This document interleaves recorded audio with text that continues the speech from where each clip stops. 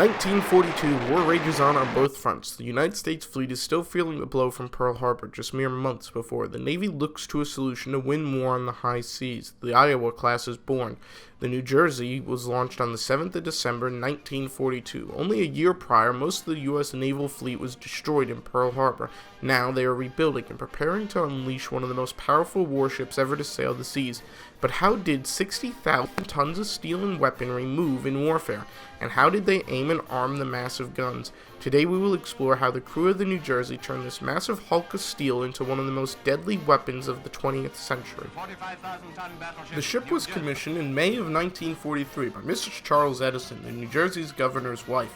With Captain Carl F. Holden in command, she underwent her sea trials in the Atlantic and her initial crew training in the Caribbean Sea.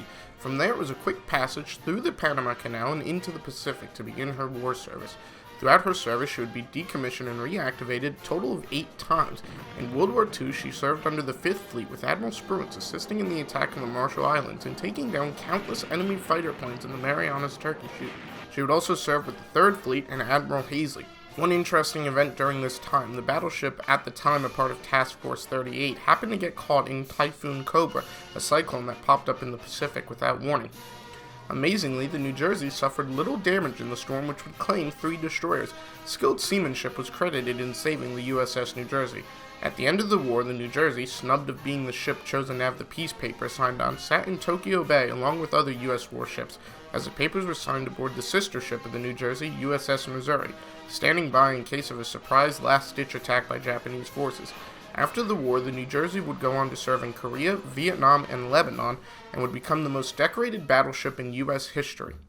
The first step in making the Leviathan of a ship move was, of course, to light the boiler. We're in front of one of the ship's 8 boilers. This is the fire side, where we're burning fuel and air to boil water. This is a boiler light-off rod. Wrap a rag around the end that's dunked in diesel fuel. Light it with a lighter, put on asbestos gloves for safety, and this would be inserted into this red port down here. Once it's in there, I can spray it with fuel oil, and that'll light off the boiler. Every time we change speed on the ship, or every 4-hour watch, we'd have to remove all of these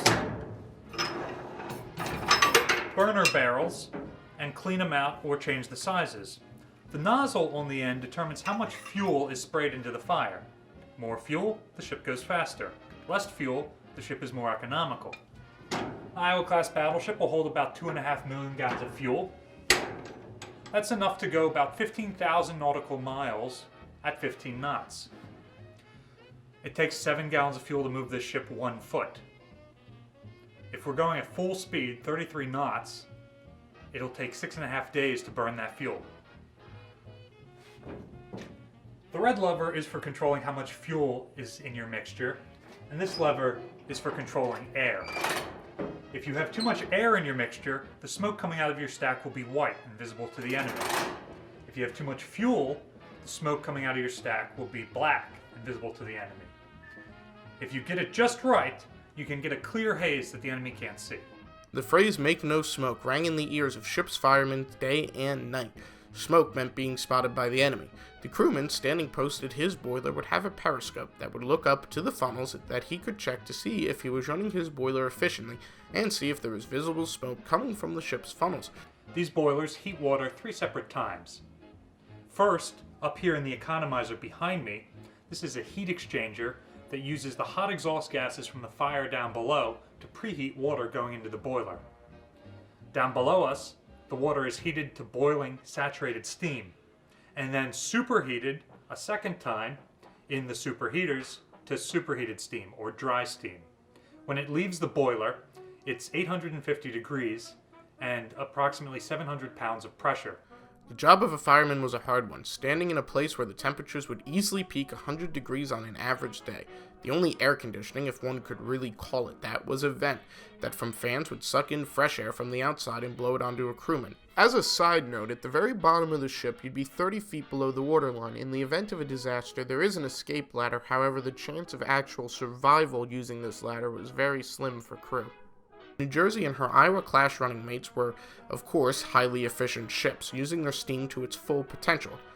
For instance, seawater would be pulled into the ship, strained for any loose debris in the strainer, and into the condenser it went, mixed with used steam from the turbines, and turned back into water to be used as boiler feed water to continue to power the massive ship. The superheated steam would then run through the turbines, spinning them up to 2,100 RPM at their maximum speed, then passing into a gear reduction box to spin the propeller shafts and move the ship through the water.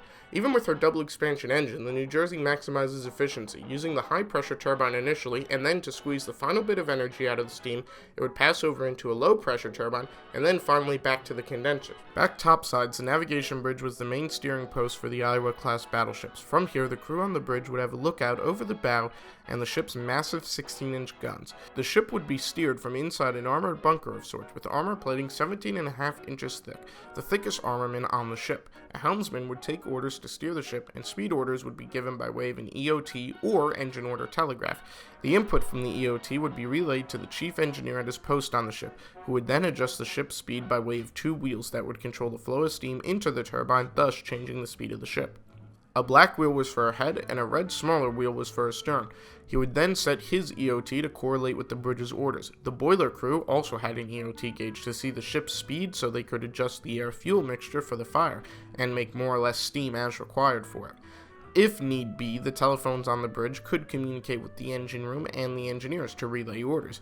In the event the navigation bridge got damaged or otherwise taken out of service, the ship had redundant control systems, one of which was just forward of Broadway and housed a full control suite. The room had an engine order telegraph for speed orders and a rudder control to steer the ship. Another was just a separate steering control, far aft on the ship, just for controlling the steering. The New Jersey and her Iowa-class running mates would be some of the most powerful battleships ever to be set afloat. Her main turrets consisted of 16-inch 50 caliber Mark 7 guns. Right now we're inside turret number 1. This is one of three-gun turrets on the Battleship New Jersey. Notice I said 3-gun turret as opposed to triple turrets. Each of the gun barrels is in its separate armored box and can elevate and fire independently of the other guns in the turret.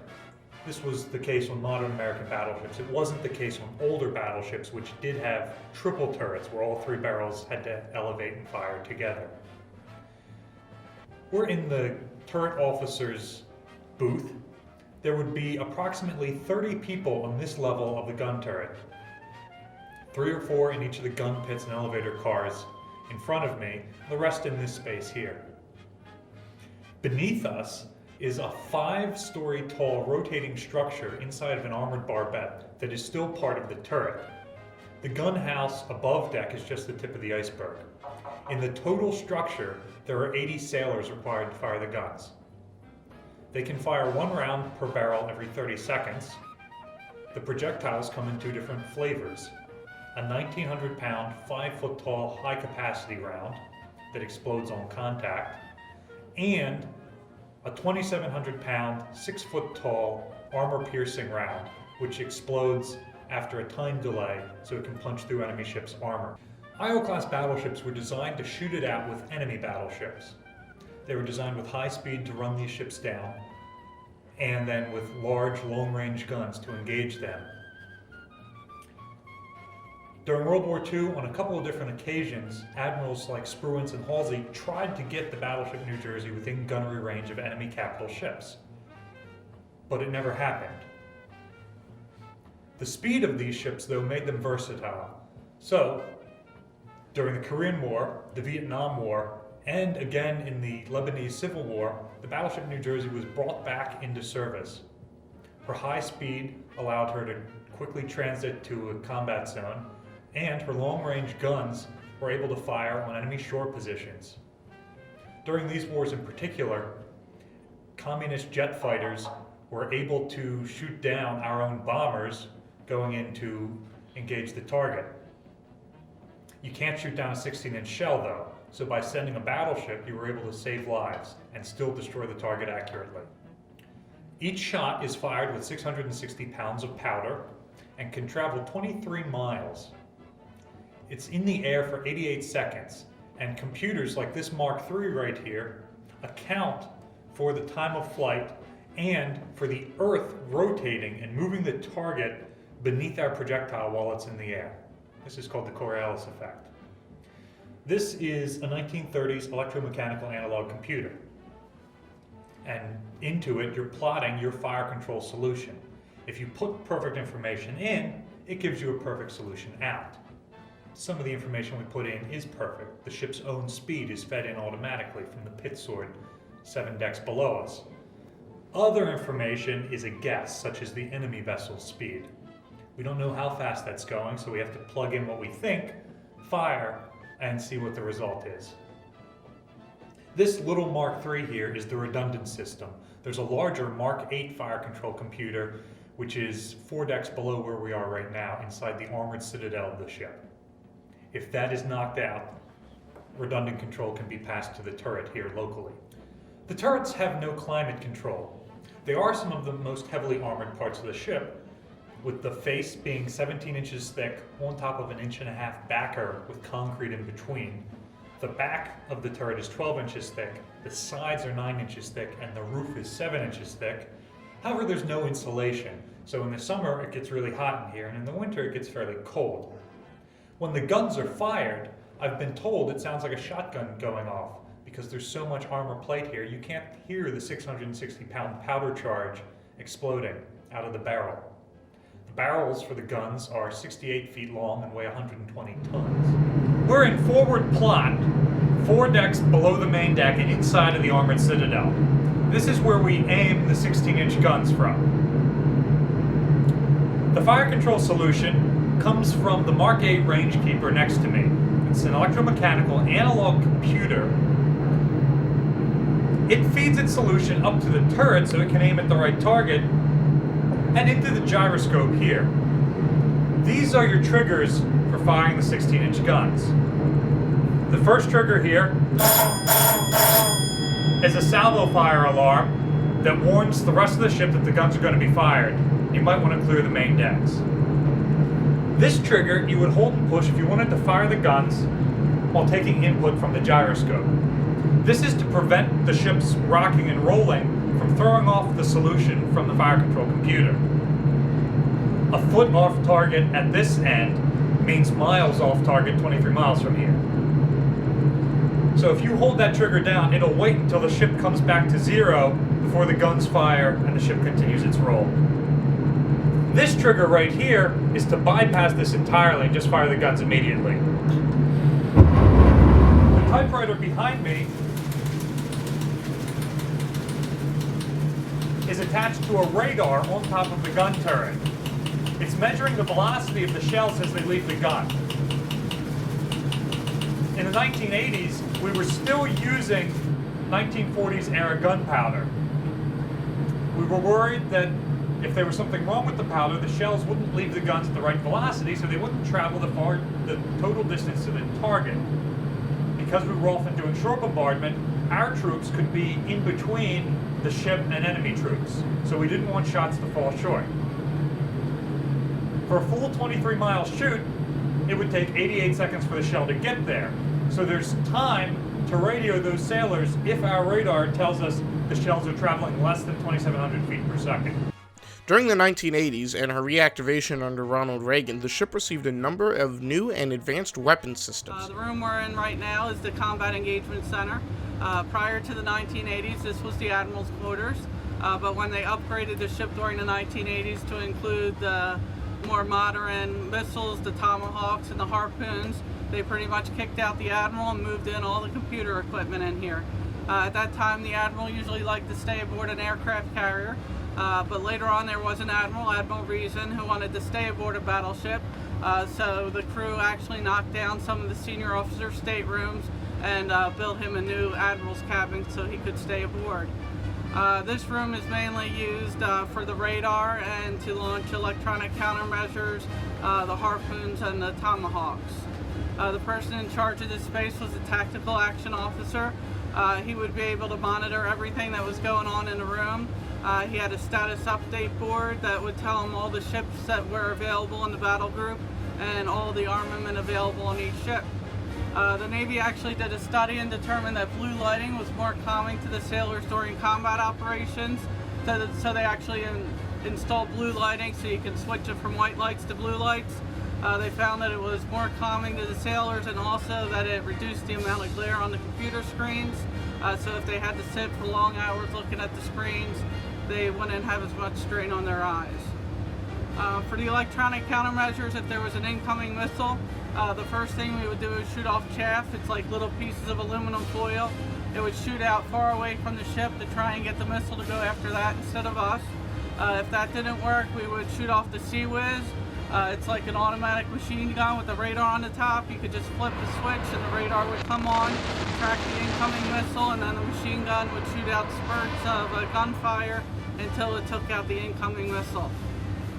For the harpoon missiles, when the New Jersey was active, there were 16 harpoons aboard, 8 on the starboard side and 8 on the port side. They were mainly used for ship-to-ship combat. They have a range of up to 85 miles. After they left the ship, we didn't really have any control over them. They would go wherever we told them to go. With the Tomahawk missiles, when the New Jersey was active, we had 32 aboard, 8 containers with 4 Tomahawks in each container. Half of the containers were forward, half of them were aft. Depending on what type of Tomahawk was being launched, they have a range of between 400 and 1,500 miles. The nuclear Tomahawks have a range of the 1,500 miles. After the Tomahawk leaves the ship, we still have control over it. So if we wanted to change the primary target, we could send it somewhere else.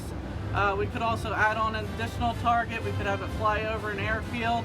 Bombs would drop out of the bottom of the Tomahawk and destroy the airfield, and then it would turn and head towards the primary target. Though life aboard the ship was not all dreary, the captain's in-port cabin was well fitted out. It is called the in-port cabin because, according to international maritime law, a captain must be so many paces from the navigation bridge while the ship is at sea. One of the interesting things about this room is there are several people that are very famous who was able to come through here and sit with the captain. Among these are Bob Hope, Anne Margaret, and Brooke Shields. For those of you who don't know who Bob Hope was, he was a comedian that was very involved with the USO, and he would go around the country, around the world, traveling to cheer up servicemen and women at random times, whether it be a holiday or when he was able to get enough people to come and be part of his entourage. There's actually a picture in our binder over here of Captain Snyder, who was commanding officer during Vietnam, when our ship was the only battleship active in the world, sitting with Anne Margaret in this very room. So there's just one part of what it takes to move one of the most powerful ships ever to fight in warfare. From the fire rooms to the navigation bridge, the Battleship New Jersey worked almost as an orchestra, with each person playing a vital part to make the city at sea a force to be reckoned with and secure freedom for our country. The ship now resides in Camden, New Jersey, as a floating museum, allowing people of all ages to see what life was like on an Iowa-class battleship, and to keep alive the memory of the countless men and women who have served in the U.S. Armed Forces to keep our country free.